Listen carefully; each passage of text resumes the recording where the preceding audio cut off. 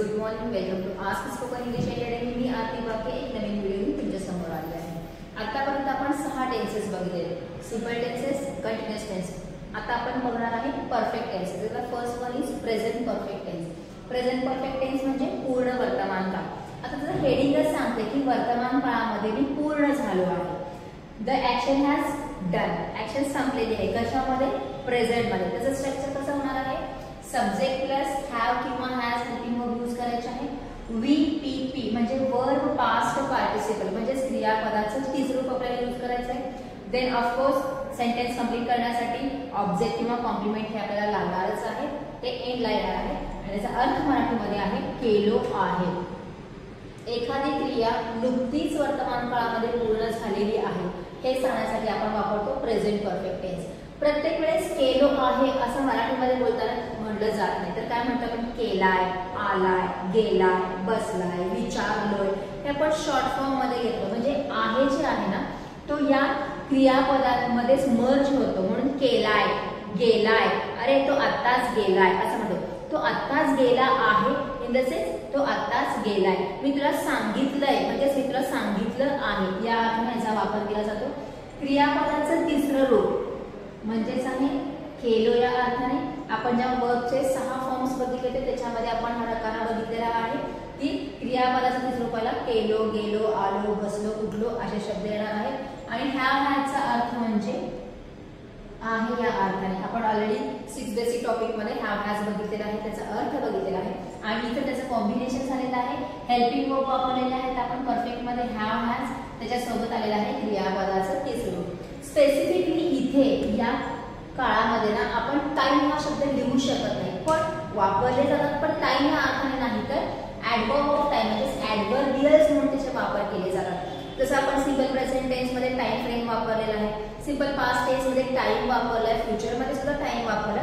तसं ते लिहिण्याची गरज नाही कारण प्रत्येक वाक्यामध्ये टाइम घालण्याची गरजच नाहीये कारण ते स्वतः इंडिकेट करते की अरे मी आत्ताच तर संपलोय ना मग सांगायची काय गरज आहे.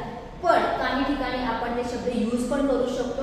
कोणकोणते शब्द आहेत? Just, only just, never, recently, already, now आणि येट हे शब्द आपण याच्यामध्ये यूज करू शकतो ऍडव्हर्बियल्स म्हणून. म्हणजे टाइम जे सांगणार आहे ते काय आहे? ऍडवर्ब ऑफ द टाइम आहे ते वापरणार.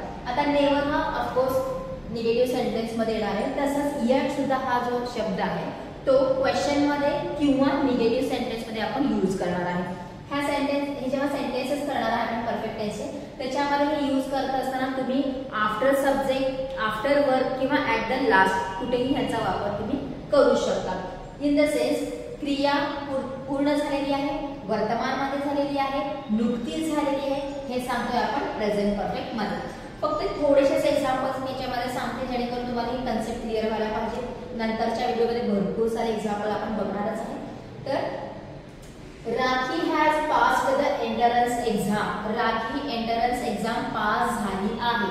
पास झाली आहे म्हणजे आता पास झाली आहे, मागच्या वर्षी पास झाली असं काही लिहायची गरज नाही कारण एंट्रन्स एक्झाम आता नुकतीच झालेली आहे त्याच्यामध्ये काय झाली? पास झाली आहे. जेव्हा तुमचा सब्जेक्ट एकवचनी असतो मग तो नाउन असेल किंवा प्रोनाउन आपण त्याच्यासमोर हॅज यूज करतो. जसं की राखी एक वचन आहे म्हणून आपण हॅज यूज केलेला आहे आणि त्याच्यासमोर वापरलेला आहे आपण क्रियापदाचं तिसरं रूप. Pass is the verb and the third form of pass is passed. So Rakhi has passed the entrance exam. Sheetal has dropped me to the station किंवा at the station. शीतलने मला स्टेशनला सोडलं आहे किंवा ड्रॉप केलं आहे. अगेन शीतल एक वचन आहे त्यामुळे आपण हॅज यूज केलेला आहे. It has rained heavily. पाऊस जोरात पडला आहे. आता तुम्ही म्हणाल की रेन ही क्रियापद म्हणून वापरली तर सब्जेक्ट म्हणून का वापरला नाही? कारण मराठीमध्ये पाऊस पहिल्यांदा आला. सो पाऊस पडला आहे म्हणजे कोण पडला आहे? पाऊस. पाऊस सब्जेक्ट असणं गरजेचं आहे. पण जेव्हा आपण इंग्लिशमध्ये पावसासंबंधित सेंटेन्सेस करणार आहे तेव्हा तो ऍज अ सब्जेक्ट न घेता आपण त्याला ऍज अ वर्ब यूज करणार आहे आणि सब्जेक्ट म्हणून आपल्याला इट या शब्दाचा वापर करायचा. So it has rained heavily. Again it एक वचन असल्यामुळे आपण हॅज यूज केलेला आहे. Police has arrested the kidnappers. पोलिसांनी किडनॅपर्सला अटक केली आहे. आता पोलीस म्हणजे एक पोलीस आहे काय तर पोलीस ही कम्युनिटी आहे त्यामुळे आपण काय घेतलेलं आहे? हॅज. कारण त्या सगळ्यांना मिळून आपण नाव दिलेलं आहे पोलीस आणि ते एक वचनी झालं त्यामुळे झालेलं आहे has. We have never been to Delhi. आता वी अनेक वचन आहे, त्याच्यासमोर आपण वापरलेला आहे हॅव. म्हणजे जर तुमचा सब्जेक्ट किंवा नाउन प्रोनाउन जे काय असेल तो जर अनेक वचन असेल तर आपण त्याच्यासमोर वापरणार आहे हॅव प्लस आयच्या समोर आपण हॅव यूज करतो. म्हणजे सिंग्युलर साठी आपण हॅज वापरतो, प्लुरल साठी हॅव वापरतो, प्लस आय जे फर्स्ट पर्सन सिंग्युलर आहे त्याच्यासाठी सुद्धा हॅव वापरलं जातं. So we have never been to Delhi. Be क्रियापद आहे, त्याचं तिसरं रूप आहे बीन. इन्स्टेड ऑफ गॉन मी इथं बीन घेतलेलं आहे. मी कधीच दिल्लीला गेले नाही याच अर्थाने मी वापरलेले we have never been to या अर्थाने. आता नेव्हर हा जो शब्द आहे तो काय कधीच या अर्थाने, म्हणजेच तो काय आहे adverb of the time use केलेला आहे. They haven't done their project yet. त्यांनी अजूनपर्यंत त्यांचा प्रोजेक्ट केलेला नाही. येट म्हणजे अजूनपर्यंत, आतापर्यंत, जो की निगेटिव्ह मध्ये आणि क्वेश्चन मध्येच वापरला जातो. दे अनेक वचन आहे, त्याच्यासमोर आपण हॅव वापरलेला आहे. निगेटिव्ह सेंटेन्स असल्यामुळे नॉटच्या ऐवजी आपण शॉर्ट फॉर्म घेतलेला आहे NT. Even you can use have not. Do तिसरं रूप घेतलेलं आहे आपण डन. आणि सेंटेन्स पूर्ण झालेला आहे की त्यांनी अजूनपर्यंत किंवा आतापर्यंत त्यांचा प्रोजेक्ट केला नाही. The last one is Hemant has reached the hotel just. Hemant आत्ताच हॉटेलला पोहोचला आहे. अगेन हेमंत एकटा आहे म्हणून हॅज. रीचचं तिसरं रूप आहे रीच्ड आणि इथं आपण यूज केलेला आहे जस्ट हा शब्द टू टेल व्हेन. आत्ताच तो हॉटेलला पोहोचला आहे.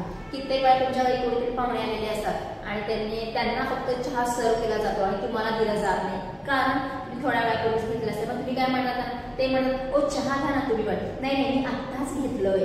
घेतलोय तसेच घेतलं आहे म्हणजे तुम्ही यायच्या अगोदरच माझा चहा झाला आहे, त्यामुळे मला रिपीटली चहा नकोय असं सांगण्यासाठी काय म्हणेल मी आत्ता चहा घेतला या अर्थाने. सो प्रेझेंट परफेक्ट टेन्स मध्ये रूल काय आहे, एक वचन आहे का अनेक वचन आहे त्याप्रमाणे हेल्पिंग वर्ब यूज करायचे हॅव हॅज आणि कंपल्सरी येणार आहे क्रियापदाचं. तिसरं rule not necessary to use the time. If you know किंवा तुम्हाला वापरायचं असेल तर हेच तुम्ही शब्द वापरू शकता आणि ह्यांची जागा एंडलाच यायला पाहिजे असं नाही. काही वाक्यामध्ये ते सब्जेक्टच्या नंतर येतात, काही मध्ये क्रियापदानंतर आणि काही सेंटेन्सच्या शेवटी येतात. So this is for today. सेंटेन्सेसची प्रॅक्टिस करा आणि लिहून काढा. थँक्यू.